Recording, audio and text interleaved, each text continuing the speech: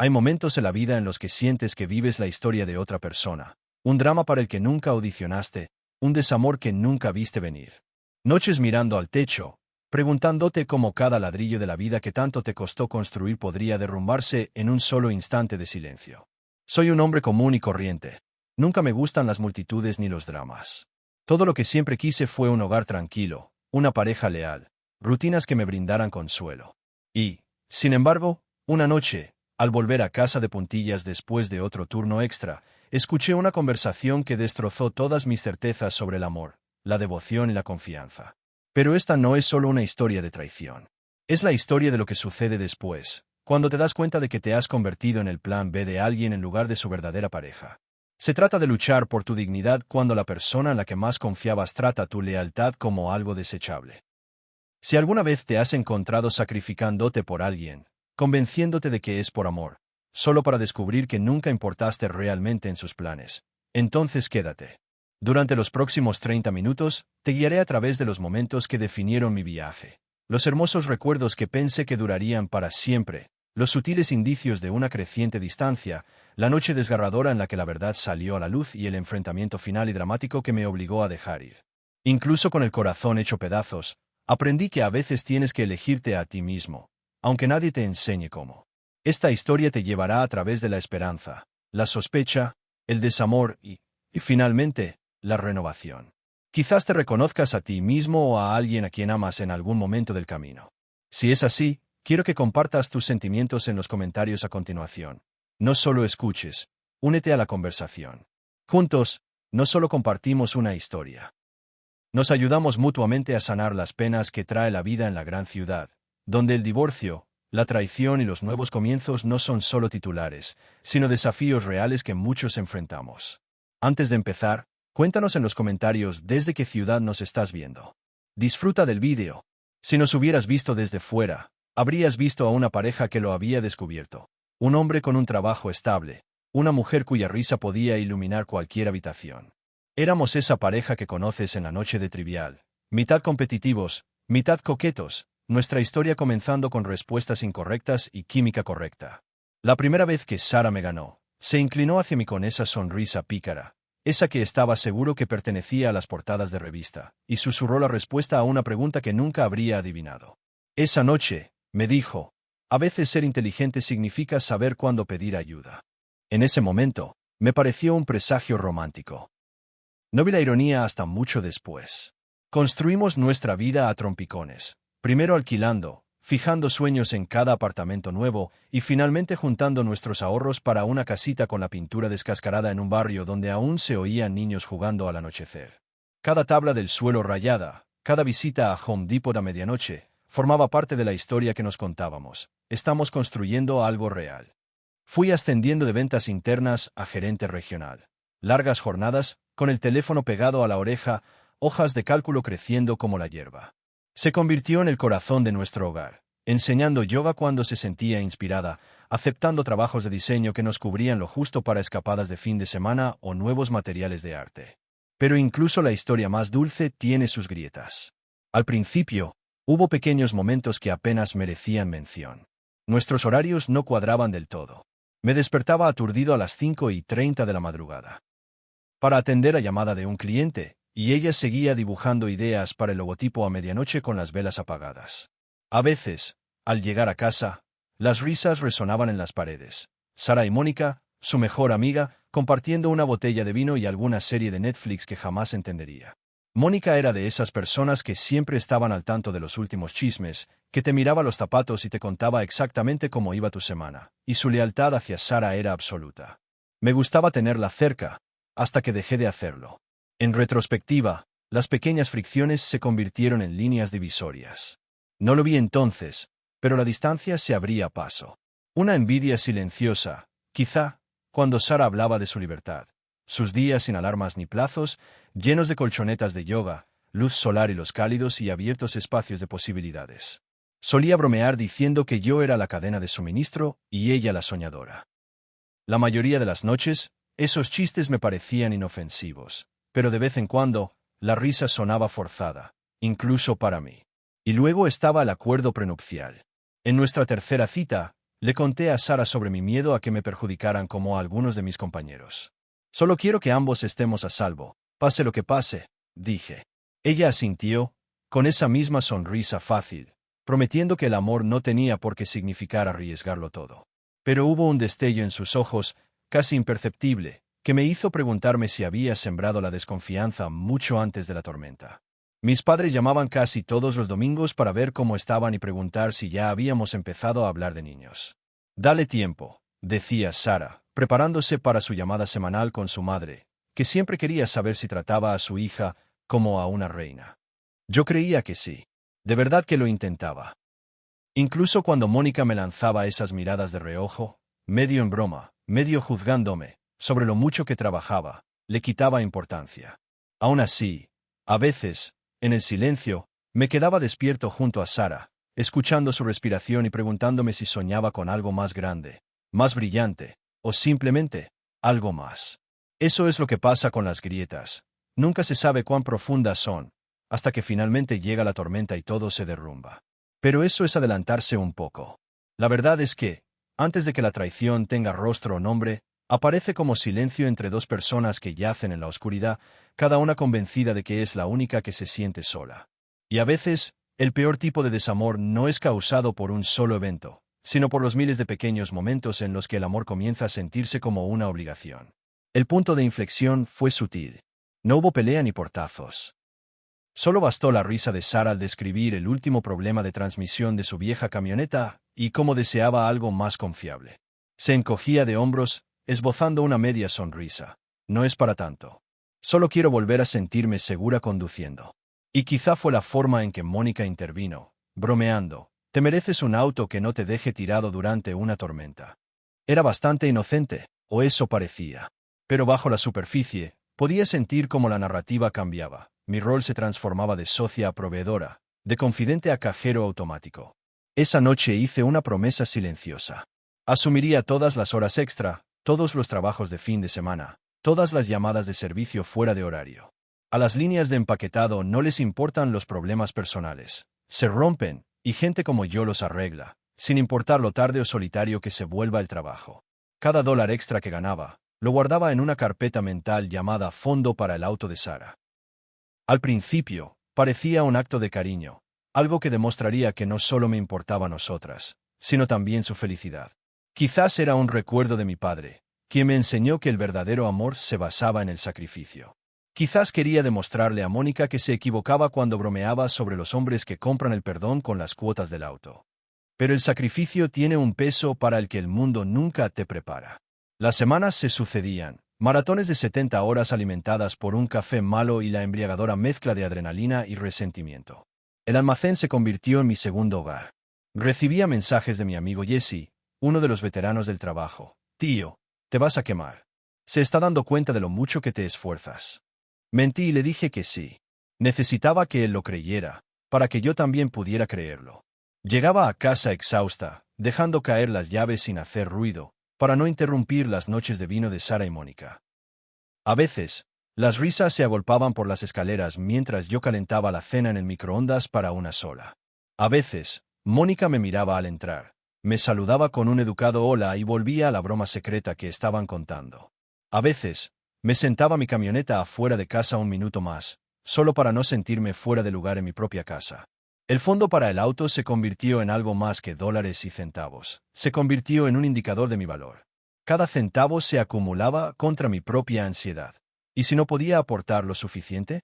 ¿La estaba perdiendo? ¿Un turno extra a la vez? Empecé a notar cómo Mónica siempre parecía estar ahí cuando Sara se sentía deprimida. Su presencia llenaba los espacios que creía reservados para mí.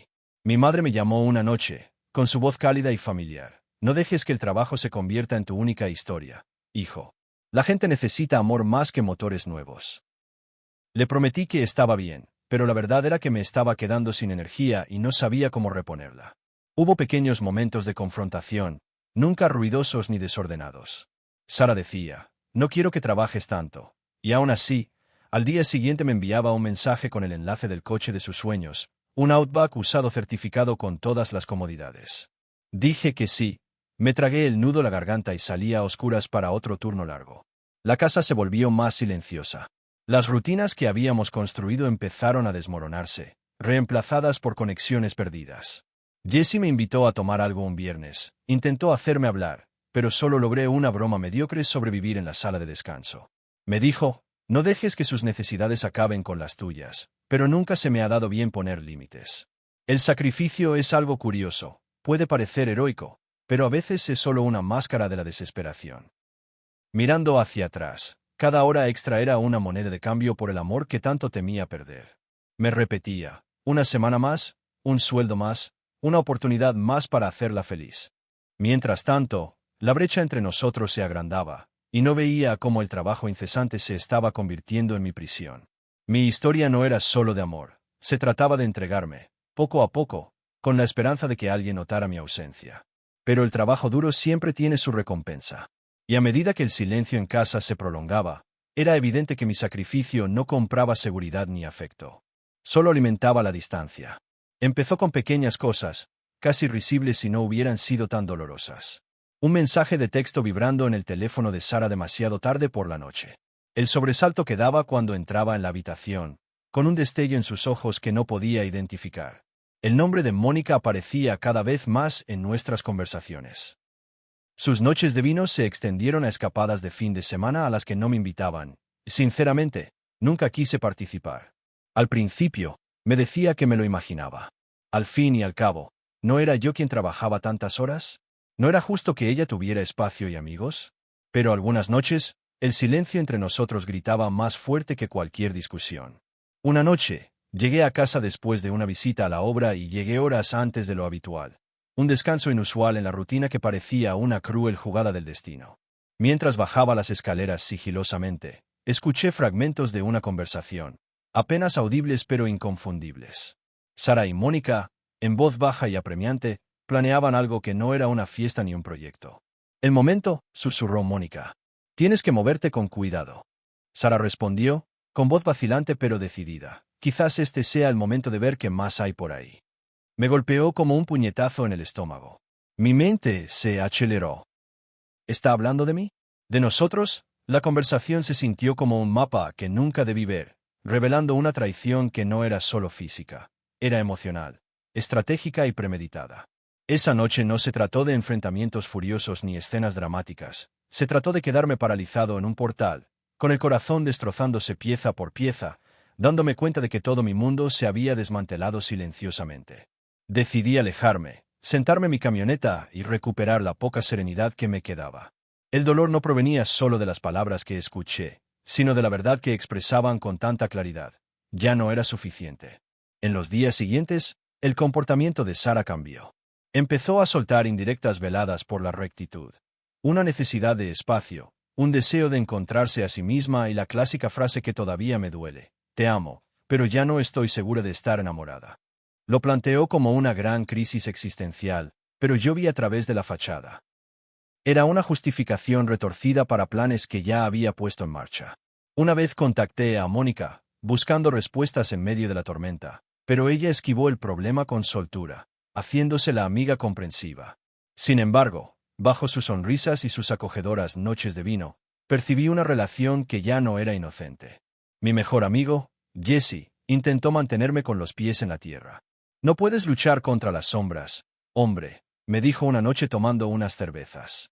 «Pero no dejes que esto te consuma. Mereces saber la verdad, y mereces algo mejor». Sus palabras me acompañaron, pero la verdad tiene un peso que puede aplastar tanto como liberar. Lo más doloroso, saber que Sara llevaba semanas, quizá meses planeándolo. No estaba presenciando un momento de debilidad, estaba viendo cómo se definía el final en silencio. Ese silencio en casa, las sonrisas secretas en la habitación, era una traición emocional en su forma más cruda. Y me dejó al borde del precipicio, preguntándome si el amor alguna vez era realmente suficiente. La historia estaba lejos de terminar.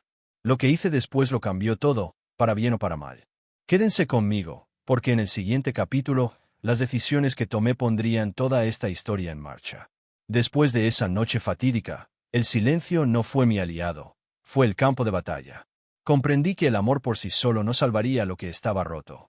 Lo que me encontré frente a frente fue la cruda realidad. Tenía que planear mi salida. No por odio, ni por ira, sino por instinto de supervivencia. La traición fue real, deliberada, y aunque me dolía el corazón, mi mente no tuvo más remedio que congelarse. Me senté con mi abogado, un hombre que olía ligeramente a libros antiguos y a certeza. Me explicó las protecciones del acuerdo prenupcial en términos prácticos. Cómo protegía mis ganancias por horas extras, mis inversiones profesionales, y, en definitiva, cómo me proporcionaba una protección legal. En ese momento, rodeado de palabras precisas y consejos firmes, sentí un atisbo de control en una vida que se había descontrolado. Pero planificar un divorcio donde las emociones se filtran en las finanzas nunca es fácil. Empecé a mover discretamente nuestros ahorros, el dinero de esas interminables horas extras, a una cuenta a la que solo yo podía acceder. Cada dólar era como un ladrillo en un muro invisible que construía para protegerme de la tormenta que se avecinaba. El verdadero desafío no era el dinero ni los papeles, era la manipulación. Sara no era solo una mujer herida. Empezó a usar la máscara del victimismo. Primero vinieron los comentarios sutiles sobre lo difícil que era para ella, sobre cómo ella no era la mala. Luego, la situación se intensificó. Una falsa urgencia en su voz, intentos de culparme por mi frialdad, incluso un falso susto de embarazo que destrozó la frágil compasión que me quedaba. Mónica, antes una amiga de confianza, se convirtió en un obstáculo, orquestando distracciones y más distracciones, presentándome como la antagonista despiadada de una narrativa creada por ella. Una mañana, mi teléfono sonó con una llamada de recursos humanos, una voz preocupada que evadía cuidadosamente mi reciente trastorno personal. Alguien me había reportado como emocionalmente inestable. Sabía quién estaba detrás de esa llamada. No voy a mentir, me dolió. La batalla ya no era privada, se extendió a mi trabajo, donde intentaba aferrarme a la normalidad. Me sentía acorralada, atrapada entre querer explicarlo todo y saber que quien escuchara la verdad solo tomaría partido, añadiría rumores y complicaría un caos ya de por sí explosivo. Pero me mantuve firme, y en medio de esas dudas, encontré una fuerza inesperada. Jesse, mi fiel amigo, me recordó. No puedes controlar las decisiones de los demás, solo cómo reaccionas. Ese se convirtió en mi mantra en los días en que la inseguridad amenazaba con hundirme. Sara me atacó con todos los trucos posibles, tejiendo historias de desesperación, de soledad, de pobre de mí. Sin embargo, con el paso de los días, mi determinación no hizo más que agudizarse. Ya no solo protegía mi dinero, sino mi dignidad, mi futuro y la posibilidad de algún día recuperar la paz. Los momentos más difíciles no fueron las discusiones ni las batallas legales, sino las noches que pasé solo, luchando con la pregunta: ¿cómo se convirtió el amor en cálculo? ¿Cómo se convirtió la esperanza en supervivencia? La respuesta llegó lenta y dolorosamente, porque a veces la persona que amabas deja de ser tu pareja y se convierte en la única cosa a la que debes burlar para salvarte. Pero la lucha estaba lejos de terminar. Lo que venía después pondría a prueba cada gramo de fuerza que me quedaba y llevaría esta historia a un territorio más oscuro y desconocido. Cuídense conmigo. El siguiente capítulo ya no se trata solo de sobrevivir, se trata de recuperar la vida de entre los escombros. Las consecuencias fueron inesperadas. Cuando una relación se rompe, no solo sufren dos personas, sino todos los que las rodean, los frágiles círculos de amigos, familiares y colegas, que de repente se convierten en testigos renuentes.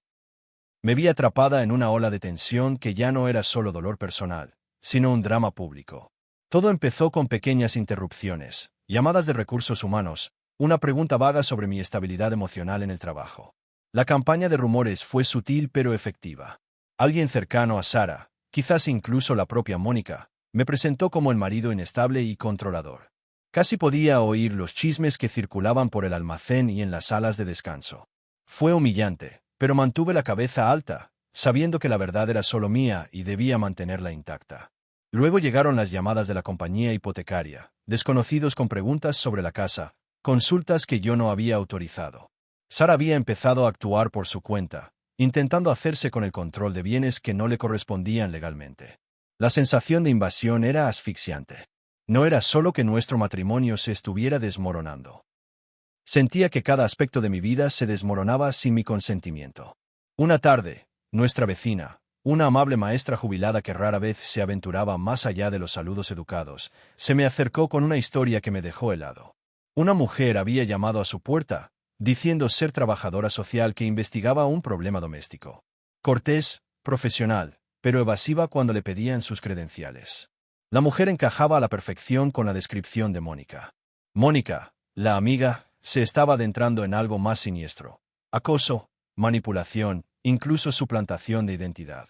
Confronté a Mónica con la esperanza de calmar la tensión, pero en cambio, la obligó a negar la situación y a ponerse a la defensiva. Esa conversación fue uno de los momentos más fríos entre dos adultos que he vivido, palabras intercambiadas como armas, la confianza destruida sin remedio. Ella afirmó que solo intentaba ayudar a Sara, pero yo lo vi como lo que era.